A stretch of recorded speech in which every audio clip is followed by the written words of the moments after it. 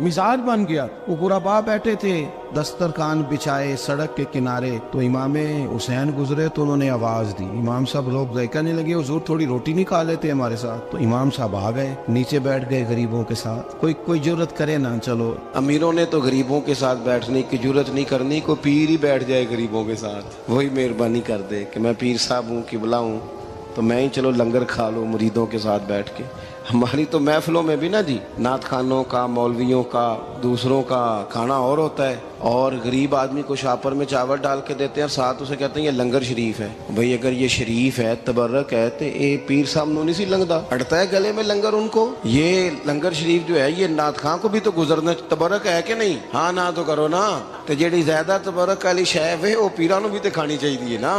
نعت خان کو اس کے لیے لہدا سے مرغ مسلم اعلیٰ کھانے. میں اکثر دوستوں سے کہتا ہوں چلو میلاد شریف پہ صحیح سب کے لیے اچھا کھانا پکاؤ. چلو جس غریبوں کے بچوں کو بیچاروں کو سارا سال وہ بوٹیوں کے لیے لڑتے ہیں, تم میلاد پہ اچھی روٹی پکا دو, تو بچہ جب کھائے گا نا بہت ساریاں بوٹیاں اور چاول, اور اپنے ابا سے پوچھے گا کہ ابا جی آج کی گل ہے, تو ہو سکتا ہے غریب باپ روئی پڑے اور اسے کہے پتر تو آج راج راج کے کھاج ساڑھے نبی پاک دا میلاد شریف. تو امام حسین رضی اللہ تعالیٰ عنہ نا آ کے غریبوں کے بیچ بیٹھ گئے زمین پہ. انہوں نے کہا کھائیے, تو وہ جس طرح وہ کھا رہے تھے نا سادے برتنوں میں امام حسین کھانا کھانے لگ گئے.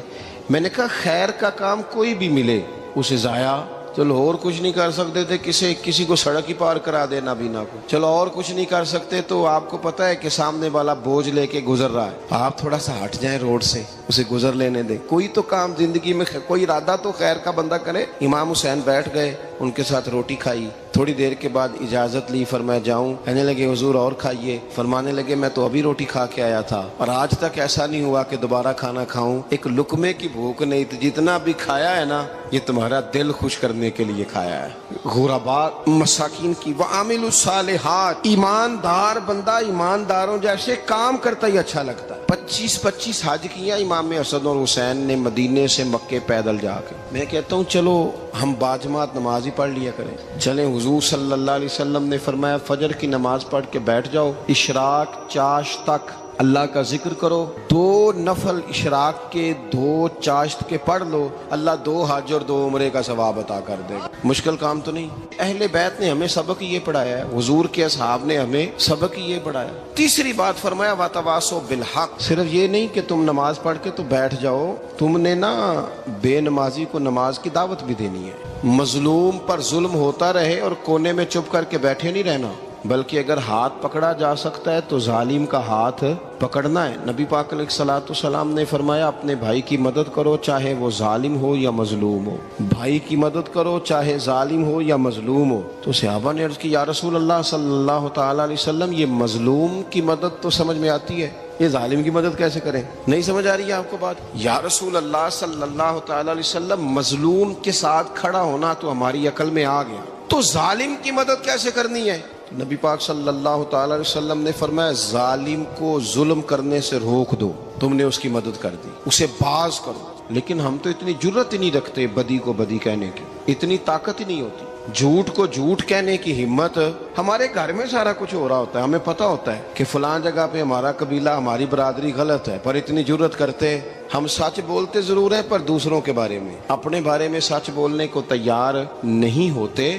جرت کا مظاہرہ کریں زندگی میں, حق کو حق کہنا سیکھیں, غلط کو غلط کہنا سیکھیں, جھوٹ کو جھوٹ کہیں, بدی کو بدی کہیں, سچائی کا ساتھ دیں ہمیشہ.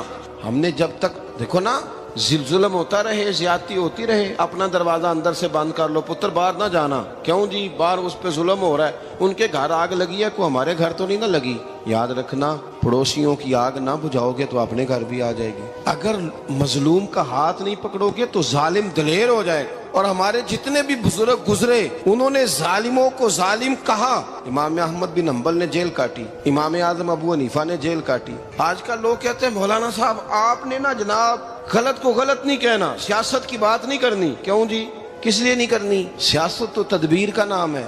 بنو اسرائیل میں جتنی بھی تدبیر ہوتی تھی وہ سارے انبیاء کیا کرتے تھے. کیوں نہ بات کریں؟ یہ جن کرسیوں پہ آج تم نے ظالموں جابروں کو بٹھایا، یہ کرسی تو حضرت ابوبکر صدیق جیسے لوگوں کی ہے، یہ تو حضرت عمر جیسے لوگوں کی سیٹ ہے، حضرت عثمان غنی جیسے لوگوں کا کام ہے، مولا علی جیسے لوگوں کا کام ہے۔ غلط جگہوں پہ غلط لوگ بٹھا دی اور پھر جھوٹے کو جھوٹا بھی نہ کہیں، ظالم کو ظالم بھی نہ کہیں۔ ہم سے نہ رقم ہوں گے قصیدے یزید کے، کیونکہ ہم لوگ تو حسین کے سیرت نگار ہیں۔ یہ کیا بات ہوئی؟ آپ سچی بات ہی نہ کریں، کلمہ حق کہیں، ہمیشہ کھری بات کہیں، سچی، گرچہ اپنا نقصان ہو، حق کے ساتھ کھڑے ہونا سیکھیں۔ وتواصوا بالحق، ساری آسانی تھی، امام حسین کو کوئی مسئلہ نہیں تھا، آرام سے بیٹھے تھے۔ آج کتنے موجوں میں بیٹھے ہیں، پیر صاحبان، مولوی صاحبان، خطیب صاحبان، سیاستدان، وڈیرے، موج لگی ہوئی ہے، کسی کو کچھ نہیں کہنا، کچھ کہیں گے تو پھر بندے مخالفت کریں گے۔ تو امام حسین مسجد نبی میں جمعہ پڑھاتے تھے، چپ کر کے بیٹھے رہتے، حضور سید عالم علیہ السلام کے مزار انور کے پاس بیٹھے تھے، بیٹھے رہتے۔ لیکن امام حسین نے فرمایا ظالم حکمران بنے تو وہ قوموں کو تکلیف دیتے ہیں، وہ ملی نقصان کرتے ہیں، وہ امت کا چہرہ مہرہ بگاڑ کے رکھ دیتے ہیں، لہذا کھڑے ہونا پڑتا ہے، کلمہ حق کہنا پڑتا ہے، الہ کلمت الحق کے لیے نکلنا پڑتا ہے۔ آپ اپنی زندگی کے اندر سچی بات کرنا سیکھیں۔ الیکشن کے دن آ گئے، میرے ایک بڑے محبت والے ساتھی تھے، وہ آ گئے ووٹ کے لیے۔ ویسے بھی یہ جو بیماری ہمارے ملک میں نا جی، ہمارے ہاں حکمران بعض اوقات کہتے ہیں اوے ہو جی جمہوریت بڑی ضروری ہے۔ وہ بھی کس مصیبت کا نام ہے جمہوریت؟ اقبال تو کہتے ہیں کہ یہ وہ چیز ہے کہ جس میں پتہ ہی کوئی نہیں ہوتا، پڑھے لکھے ان پڑھ کا، چھوٹے اور بڑے کا، سیانے اور بیوقوف کا۔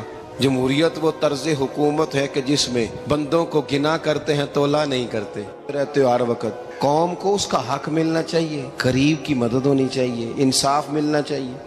باقی یہ تمہاری کہانیاں ہیں ڈکٹیٹرشپ اور جمہوریت، اور ہمیں تمہاری سمجھ بھی نہیں آتی۔ ہر ڈکٹیٹر کے ساتھ ہوتے ہو، باتیں جمہوریت کی کرتے ہو، جہاں تمہارا دل کرتا کھڑے رہتے ہو۔ ہمیں تو کوئی اس سے غرض نہیں، کام ہونا چاہیے۔ بلکہ جو لوگ قوت نافذہ رکھتے ہیں انہیں سمجھنا چاہیے کہ ملک کی بھاگ دوڑ ہمیشہ مضبوط ہاتھوں میں رہے، اور وہ اس طرح کا نظام وضع کریں، مل بیٹھے سارے ادارے کہ غریب کی سنی جائے۔ وہ مجھے بڑی اچھی طرح یاد ہے جب وہ ایک حکومت ختم ہوئی اور جو ایک فوجی رہ کے گئے تھے 11 سال، ان کی حکومت آئی تو میں باہر نکلا تو ایک بزرگ تھے، وہ صبح صبح ناشتہ بیچا کرتے تھے ہمارے علاقے میں، چاول اور چنے بنے۔ تو میں نے ان سے کہا بزرگوں پتہ لگا جی رات دی حکومت بدل گئی ہے۔ تو فرمان لگے پتر جیڑا مردی بھی آ جائے، میں تو یا چاول بیچ کے روٹی کھانی، ہمیں تو ان سے غرض ہی نہیں، اللہ جانے کون آیا کون گیا، تو کھیل تماشا بنایا ہوا ہے۔ تو جھوٹے کو جھوٹا کہیں۔ میرے ایک دوست ہیں الیکشن لڑتے ہیں، مجھے ایک دفعہ آ کے کہنے لگے آپ نے کبھی ووٹ نہیں ڈالا، اس دفعہ ضرور ڈالیں۔ میں نے کہا نہیں ڈالتا میں۔ کہنے لگے ووٹ قوم کی امانت ہے، تو میں نے کہا امانت کسی بے ایمان کو دے دوں؟ امانت تو امانت دار کو دی جاتی۔ نہیں سمجھے آپ بات؟ یہ سارے کہتے ہیں نا ووٹ قوم کی، تو امانت کس کو دینی چاہیے؟ صحیح بتاؤ۔ چلو ہوں تسی بولنا نہیں، بس دل وچ گل رکھنی، دل وچ دیندے ویسے امانت دارا نہیں ہو نا؟ نہیں میں نے کہا بولنا نہیں، ہمیں کسی نے پتہ نہ لگ جائے، دیتے ویسے امانت داروں کو ہی ہو نا۔ یہ اپنے دل سے پوچھو، فیصلہ لو، اللہ سے ڈرو۔ ظالم کا مددگار ظالم ہوتا ہے، ظالموں کا مددگار ظالم ہوتا ہے۔ وہ تیرے میرے ووٹ پر جیت کر جب ظلم کرے گا تو پھر کون ہے جو یہ دعویٰ کرے گا کہ جناب میں ظالم کا مددگار نہیں؟ سوچو سمجھو، غور کرو۔ امام حسین رضی اللہ تعالیٰ عنہ نے فرمایا سچ کو سچ کہیں گے، جھوٹ کو جھوٹ کہیں گے۔ یہ نہیں ہو سکتا کہ جناب ظلم ہوتا رہے اور چپ رہے۔ اور یہ سبق کہاں سے پڑھا انہوں نے؟ مولا علی شیر خدا سے۔ جب حضرت عثمان غنی رضی اللہ تعالیٰ عنہ پر بلوائیوں نے حملہ کیا نا، تو چونکہ حضرت عثمان غنی خالو تھے امام حسن اور حسین کے، حضرت عثمان خالو ہیں، سگے خالو ہیں، تو حضرت مولا علی شیر خدا نے یہ نہیں کہا کہ پتر اتنے بندے آ گئے ہیں، تلواریں ہیں، محاصرہ ہے، باہر نہ نکلنا، بلکہ حضرت مولا علی نے خود اپنے دونوں بیٹوں کو تلواریں پکڑائیں اور حضرت عثمان غنی کے دروازے پہ کھڑا کر کے کہا پتر خیال رکھنا تمہارے ہوتے ہوئے کوئی بھی شخص حضرت عثمان غنی کا دروازہ نہ کراس کر پائے۔ خود اپنے بچوں، ہر جنگ میں حضرت علی ساتھ لے کے جاتے تھے۔ ہم تو بچوں کو دلیری سکھاتے ہی نہیں، بزدل۔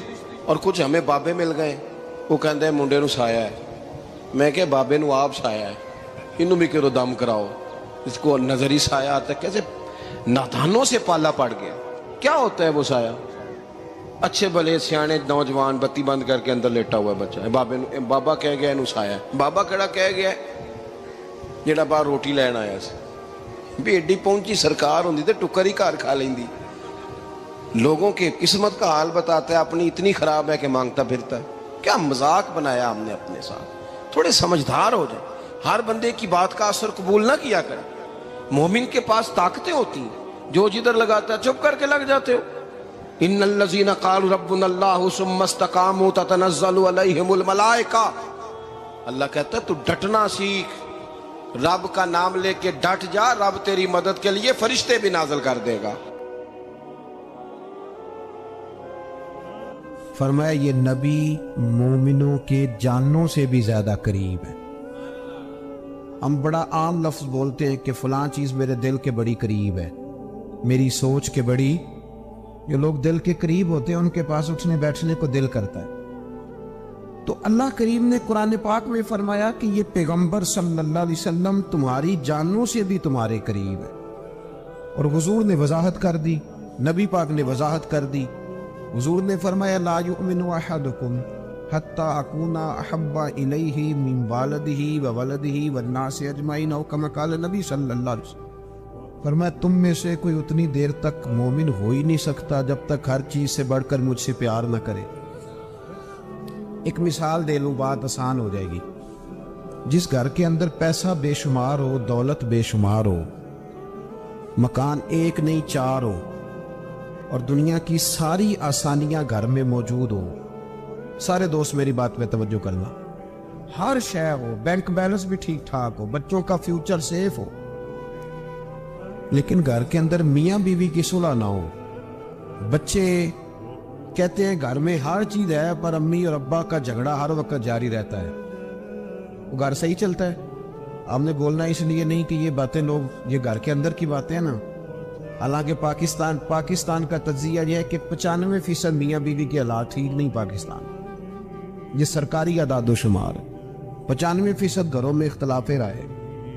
یہ بات ذہن میں بٹھا لیں کہ میاں بیوی کا اگر اتفاق نہیں نہ ہوتا تو وہ کہیں کہ گھر میں کوئی بھی خوشی رہے گی تو یہ ممکن ہی نہیں, یہ سوال ہی نہیں پیدا ہو. 6 بچے ہوتے ہیں اور شادی کو 24 سال گزر جاتے ہیں پھر بھی طلاق ہو جاتی ہے. اس لیے کہ میاں بیوی کے لیے سب سے ضروری چیز آپس کی محبت ہے. اور یار کیا خوبصورت انداز ہے میرے رسول پاک علیہ السلام کا. جتنی شاندار طبیعت حضور نے مولا علی شیر خدا کی تھی اتنی کوئی کر سکتا ہے؟ اور جتنی اعلیٰ ترین تربیت اور حسن سیدہ فاطمہ کو اللہ نے دیا کسی اور کو مل سکتا ہے؟ لیکن میرے نبی پاک علیہ السلام نے ان کی شادی کے بعد ان کو اکٹھے بٹھا کے ان کے سر آپس میں جوڑ کے ہاتھ اٹھا کے دعا کی تھی کہ اے اللہ ان کے درمیان محبت پیدا فرما دے. میاں بیوی کے درمیان جو سب سے اہم چیز ہے وہ محبت ہے. بچے کہتے ہیں ہم کدھر جائیں, ابا کی سنیں کہ اماں کی سنیں؟ اور اکثر گھروں میں بچوں کی تربیت رک جاتی ہے اس لیے کہ میاں بیوی کا سلوک نہیں ہوتا, تباہی اتر جاتی. گھر کے اندر ہر شے ہے پر ان کا پیار نہیں. پتہ یہ چلا کہ گھر میں محبت نہ ہو تو گھر نہیں چلتا.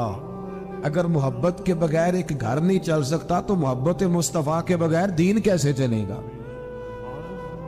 گھر نہیں چلتا میرے بھائی, ٹوٹ جاتا ہے, بکھر جاتا ہے. سارا کچھ ہونے کے باوجود میں نے مردوں کو روتے ہوئے دیکھا ہے, عورتیں تو روتی ہیں, میں نے مردوں کو روتے ہوئے دیکھا.